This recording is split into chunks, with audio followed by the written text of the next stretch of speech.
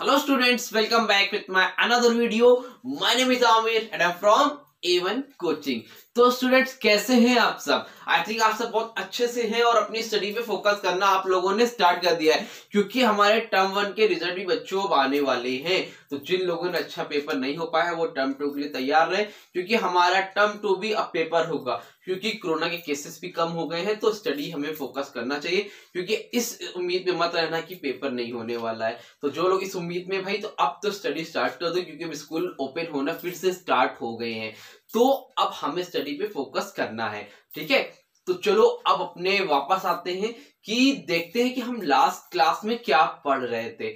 और last class में बच्चों हमने सोर्सेस ऑफ फाइनेंस जो चैप्टर था हमारा चैप्टर नंबर 10 टर्म 2 का थर्ड चैप्टर, वो हम लोगों ने क्या किया था, कंप्लीट कर लिया था और उसके नोट्स भी मैंने आप सबको प्रोवाइड करवा दिए थे। तो जिन लोगों को कोई प्रॉब्लम रह गई हो, कोई डाउट रह गया हो, कुछ लोगों ने पूछा था और जिन लोगों को रह गया हो वो लोग मुझसे पर्सनली इंस्टाग्राम पे कांटेक्ट कर सकते हैं और डिस्क्रिप्शन में भी है और स्क्रीन पे भी आ रहा होगा, आप लोग मुझसे कांटेक्ट कर सकते हो, कोई डाउट हो तो क्लियर कर सकते हो, ठीक है। और कमेंट सेक्शन में भी कमेंट करके मुझसे पूछ सकते हो। तो वो चैप्टर कंप्लीट हो गया था। आज हम स्टार्ट करने जा रहे हैं अपना न्यू चैप्टर जिसका नाम है रिक्रूटमेंट चैप्टर नंबर 11।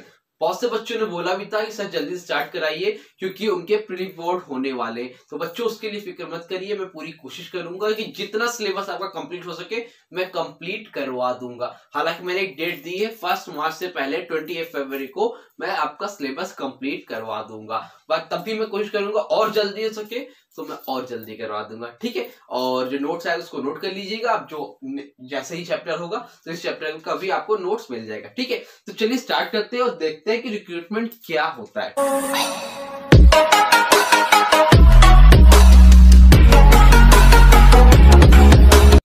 हाँ तो बच्चों रिक्रूटमेंट क्या होता है चलिए देखते हैं, ठीक है।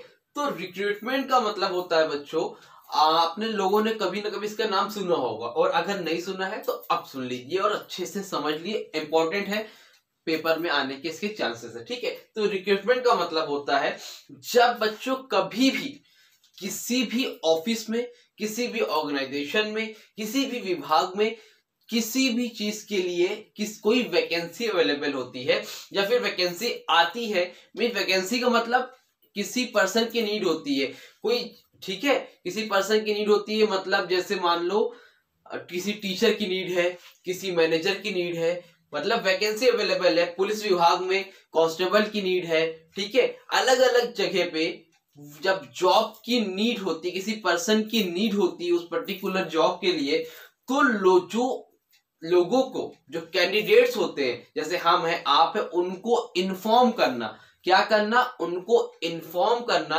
कि इस पर्टिकुलर जॉब के लिए वैकेंसी अवेलेबल है, जो लोग करना चाहते हैं वो लोग इस जॉब को कर सकते हैं, उनको इन्फॉर्म करना, वो क्या होता है, रिक्रूटमेंट होता है। और साथ ही साथ उस पर्टिकुलर जॉब के लिए एक अच्छे से अच्छा, एक बेस्ट कैंडिडेट ढूंढना जो उस जॉब को फुलफिल कर सके, उस जॉब को अच्छे से कंप्लीट कर सके, पूरी कर सके जिम्मेदारी के साथ, ऐसे कैंडिडेट को ढूंढना क्या होता है, रिक्रूटमेंट होता है। अब देखो एक एग्जांपल समझना, जैसे मान लो हमारी कोचिंग में एक अकाउंट्स के टीचर की नीड है। किसकी नीड है, एक अकाउंट्स के टीचर की नीड है।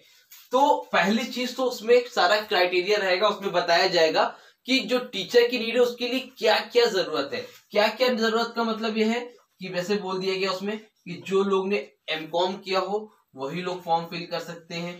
उसके अलावा बोला गया हो कि एज मिनिमम 25 होनी चाहिए, 25 से 40 के बीच के जिनकी एज हो वो लोग आ सकते हैं। अब कहने का मतलब उसमें क्राइटेरिया क्या है, 2 क्राइटेरिया बोला, एक तो एमकॉम होना चाहिए और साथ ही साथ 25 से 40 साल के बीच के लोग होने चाहिए।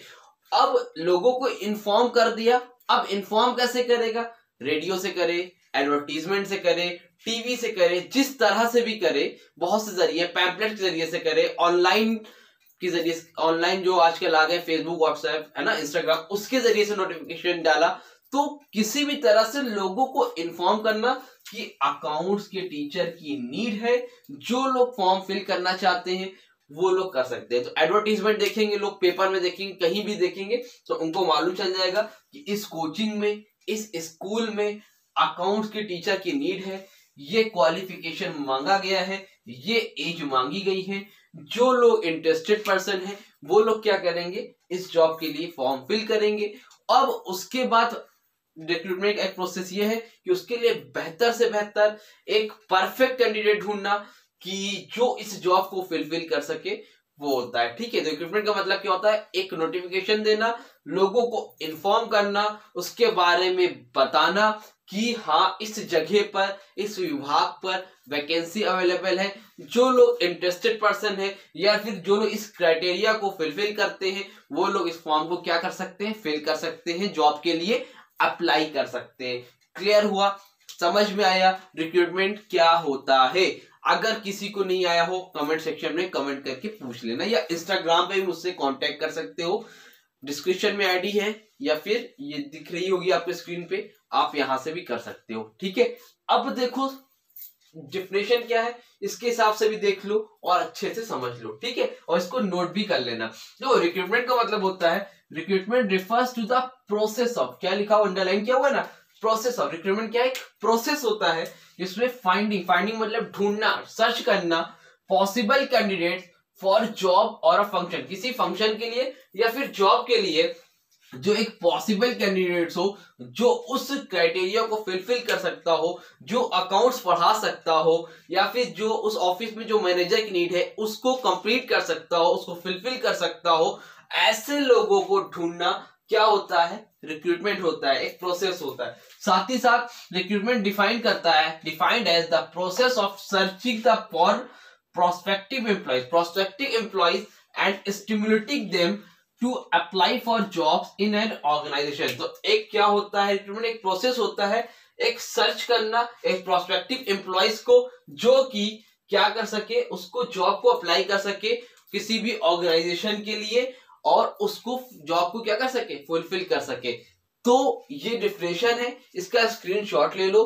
रिक्रूटमेंट का मतलब समझ में आ गया होगा। शॉर्ट में समझो, रिक्रूटमेंट का मतलब होता है सिर्फ और सिर्फ क्या, एक तरह से लोगों को इन्फॉर्म करना, उसके बारे में बताना कि आपके लिए वैकेंसी अवेलेबल है। अब वो किस तरह से आप बताओ, चाहे वो एडवर्टीजमेंट के जरिए से बताओ, चाहे वो न्यूज़पेपर में बताओ, चाहे वो टीवी के जरिए से बताओ, चाहे वो ऑनलाइन की हेल्प से बताओ, किसी भी तरह से बताओ, ऑनलाइन माध्यम से बताओ, जिस भी तरीके से बताओ, लोगों को इन्फॉर्म करना, उसके बारे में बताना, वो क्या होता है, रिक्रूटमेंट होता है। जल्दी से इसका स्क्रीनशॉट लो। इसके बाद देखते हैं हम लोग कि सोर्सेस ऑफ रिक्रूटमेंट क्या होता है। ठीक है, जल्दी से स्क्रीनशॉट लो, मैं 2 मिनट में वापस आया।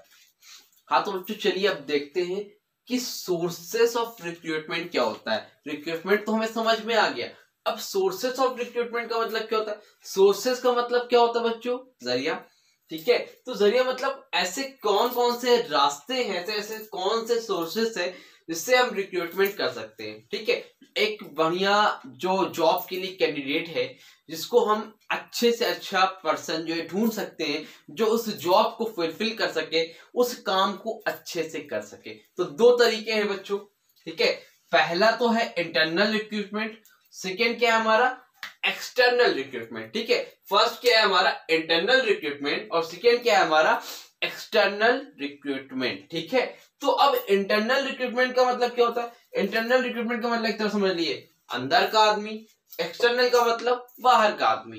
ठीक है, अब अंदर के आदमी का मतलब क्या है, इंटरनल रिक्रूटमेंट का मतलब होता है एक तरह समझिए, जब किसी भी ऑफिस में, ठीक है, जब किसी भी ऑर्गेनाइजेशन में किसी जॉब के लिए वैकेंसी अवेलेबल होती है और हम क्या करें, कंपनी क्या करती है, ऑर्गेनाइजेशन क्या करता है, जो उस कंपनी में पहले से वर्क कर रहे हैं, जो लोग उस कंपनी में पहले से वर्क कर रहे हैं, उसी में से ही किसी एक को चूज करके उस जॉब के लिए हमने क्या किया, फिट कर दिया, उस जॉब के लिए किसी और को फिक्स कर देना, वो क्या होता है, इंटरनल रिक्रूटमेंट। मतलब पहले से ही जो एम्प्लॉइज हमारी कंपनी में काम कर रहे हैं, उसी में से किसी का प्रमोशन कर दिया, या कहीं और हमने एक नया ब्रांच स्टार्ट करिए, उसको वहां पे ट्रांसफर कर दिया, इस तरह से करना, वो क्या होता है, इंटरनल रिक्रूटमेंट होता है। मतलब हमने अपने ही स्टाफ से किसी और को उस जॉब के लिए क्या कर दिया, फिलफिल कर दिया। बट एक्सटर्नल रिक्रूटमेंट में क्या होता है, एक्सटर्नल रिक्रूटमेंट का मतलब होता है जब हम किसी बाहरी आदमी को, मतलब ऑर्गेनाइजेशन का आदमी नहीं है, हमारी कंपनी का नहीं है, हम उसको पहले से नहीं जानते हैं, ठीक है, कोई नया पर्सन है, ठीक है, दूसरे पर्सन को लाना चाहते हैं, वो क्या होता है हमारा एक्सटर्नल रिक्रूटमेंट होता है, जिसको हम पहले से नहीं जानते हैं, वो क्या होता है एक्सटर्नल रिक्रूटमेंट होता है। अब डिपेंड करता है कंपनी पे कि वो अपने यहाँ जो पहले से स्टाफ है वहां पे उसको चूज करना चाहती है या फिर जो बाहरी नए लोग हैं उनको लाना चाहती है। ठीक है, ये होता है एक्सटर्नल रिक्रूटमेंट। एक एग्जांपल देता हूं, उससे और क्लियर हो जाएगा। जस्ट सपोज मान लो कोई टीचर है जिसका नाम है, क्या नाम है, मान लो उनका नाम है अब्रार सर। क्या नाम है? अब्रार सर एक पर्सन है जो कि मेरे कोचिंग में पढ़ाते हैं, ठीक है, इसलिए मैंने बोला अब्रार सर। अब वो क्या पढ़ाते हैं? मैथ्स पढ़ाते हैं क्लास 10 को। किसको पढ़ाते हैं? क्लास 10 को। वो मेरे यहाँ पहले से पढ़ा रहे। अब एक टीचर है सुभान, ठीक है, सुभान सर, जो कि 12 को मैथ्स पढ़ाते हैं, ठीक। अब ऐसा होता है मान लो कि इनकी जॉब लग जाती है। क्या होता है कि इनकी जॉब लग जाती है और ये चले जाते हैं कहीं और। अब मुझे नीड है किसकी? मैथ्स के टीचर की, क्योंकि जो यहाँ पढ़ा रहे थे वो क्या हुए? चले गए 12 के लिए। अब मेरे पास दो ऑप्शन है। एक ऑप्शन तो ये है कि अब्रार सर जो 10 में पढ़ाते हैं वो 12 को भी पढ़ा सकते हैं, ठीक है, उनके अंदर इतनी कैपेबिलिटी है कि वो 12 को भी पढ़ा सकते हैं, बट 12 में पहले से कोई टीचर पढ़ा रहा था तो मैंने इनसे नहीं पढ़वाया। अब क्या हुआ कि अब ये तो चले गए। अब इस केस में मैंने बोला अब्रार, या तो मेरे पास दो ऑप्शन है, या तो मैं इनसे पढ़वा लूं जो मेरे यहाँ पहले से 10 में पढ़ा रहे हैं वो 12 पढ़ा दे, या फिर मेरे पास सेकेंड ऑप्शन है कि मैं एक्सटर्नल रिक्रूटमेंट करूं, किसी बाहरी लोग को लाऊं, उसके लिए टाइम गेन करूं, ढूंढूं, ठीक है, या तो फिर ये मेरे पे यहाँ पहले से जो पढ़ा रहे। तो डिपेंड करता है कि इनसे पढ़ाऊं या किसी और बाहरी पर्सन को लेके आऊं, ठीक है।